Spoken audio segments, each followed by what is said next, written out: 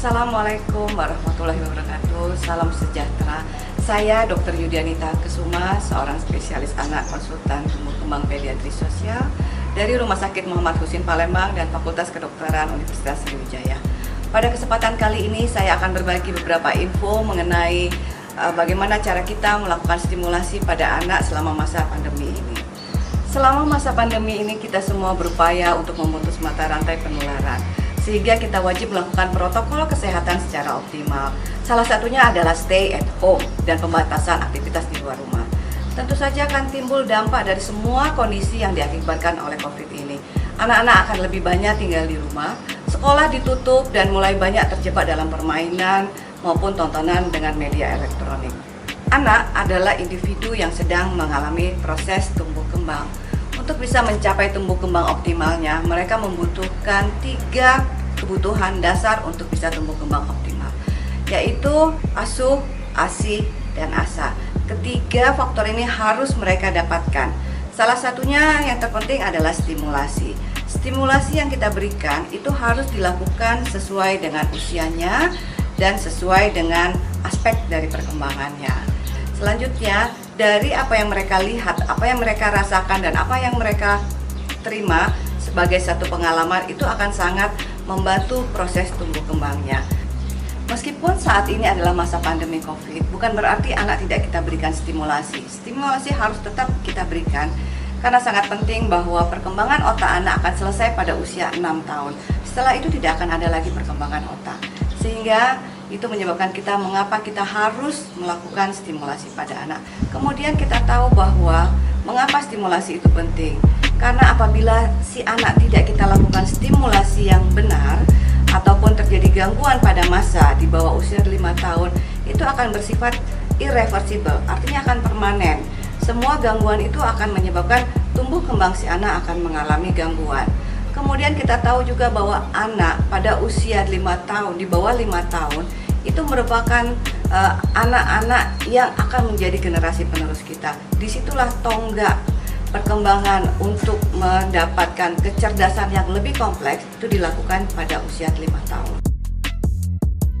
Selanjutnya kita tahu bahwa stimulasi itu penting untuk anak. Kapan kita harus melakukan stimulasi tersebut? Akan kita lakukan sesuai dengan usia anak. Karena anak mempunyai kemampuan untuk melakukan suatu proses tumbuh kembang itu harus sesuai dengan usianya. Contoh adalah kalau seandainya anak usia 6 bulan, stimulasi yang kita berikan harus sesuai dengan anak usia 6 bulan. Jadi tidak boleh kita berikan stimulasi yang melebihi dari usianya, yang kita kenal sebagai suatu proses overstimulasi. Kenapa overstimulasi tidak boleh dilakukan? Karena itu justru akan menyebabkan kinerja otak anak menjadi tidak aktif. Bagaimana prinsip dasar dari stimulasi yang akan kita berikan? Yang pertama adalah stimulasi itu harus dilakukan sedini mungkin. Kedua adalah harus dilakukan dengan contoh, sehingga orang tua adalah role model yang terbaik untuk anaknya. Kita memberikan contoh bagaimana seorang anak harus berlaku atau bermain bersama, karena anak akan melakukan imitasi atau menirukan apa yang kita lakukan. Selanjutnya dengan memikirkan aspek multimoda. Multimoda ini artinya melakukan stimulasi menyangkut semua aspek dari perkembangan anak yang terlibat, antara lain panca indera mata, penglihatan, pendengaran, motorik halus, emosi, dan kognitif. Selanjutnya yang penting sekali adalah itu terintegrasi dalam kehidupan sehari-hari. Jadi tidak hanya dilakukan pada saat-saat tertentu, tetapi dilakukan selanjutnya dalam kehidupan sehari-hari. Dan yang paling penting lainnya adalah orang tua harus memberikan contoh sebagai orang tua yang memberikan otorisasi di situ. Dan yang tidak lupa harus kita berikan pada saat kita melakukan stimulasi pada anak adalah memberikan reward. Reward atau hadiah tidak harus dalam bentuk benda, tetapi bisa dalam bentuk pujian, tepuk tangan, pelukan, dan semuanya yang bisa kita berikan dalam bentuk ungkapan bahwa betapa mereka sangat hebat melakukan hal-hal tersebut. Selanjutnya, bagaimana cara kita melakukan stimulasi? Atau bagaimana kita tahu bahwa untuk anak kita bagaimana cara melakukan stimulasinya? Bapak Ibu jangan khawatir. Di Indonesia sudah ada buku KIA yang warnanya pink. Itu sudah sangat lengkap sekali informasi bagaimana kita melakukan stimulasi pada anak berdasarkan usia masing-masing. Dan di situ juga bisa kita lihat apakah anak kita sudah mencapai tahapan perkembangan yang sesuai dengan usianya.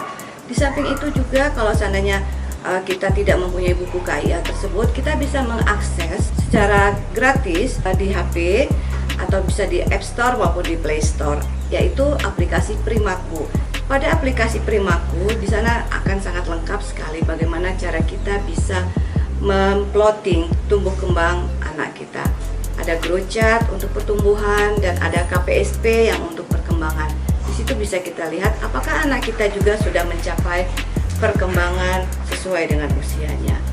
Pada masa pandemi ini tentu saja kita tidak bisa membawa anak kita untuk beraktivitas di luar yang mungkin saja yang selama ini mereka sekolah pada playgroup maupun PAUD atau bahkan di TK.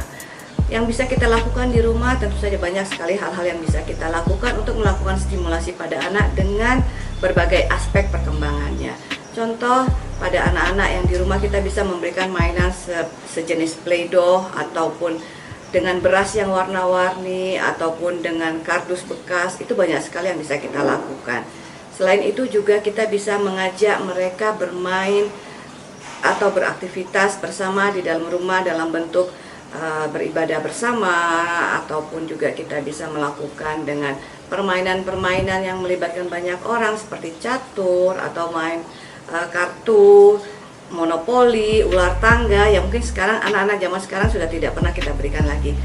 Hal-hal tersebut penting sekali kita berikan karena kalau tidak kita berikan mereka akan terjebak dalam screen time, yaitu mereka akan terlarut dalam permainan yang bersifat tontonan atau bisa juga dalam bentuk YouTube ataupun nonton TV, dan itu akan berdampak sangat besar kepada perkembangan anak, terutama perkembangan bicara.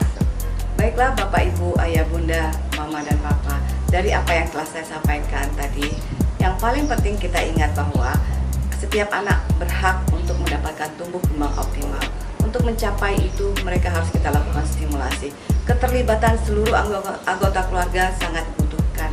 Biarkan mereka tumbuh dalam keadaan bahagia, penuh dengan percaya diri karena apresiasi dari kita sebagai orang tuanya. Untuk itu, masa pandemi bukan halangan untuk melakukan stimulasi, tetap kita berikan meskipun akan banyak kita lakukan beberapa modifikasi stimulasi tersebut.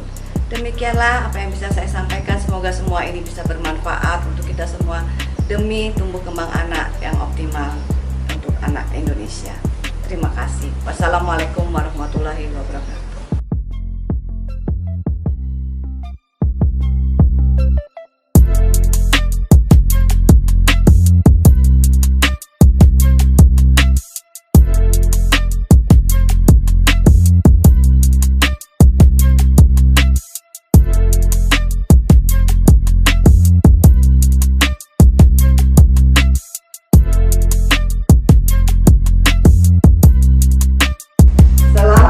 Ulang tahun FK Unsri yang ke-59, semoga semakin jaya dan menghasilkan dokter-dokter yang bermutu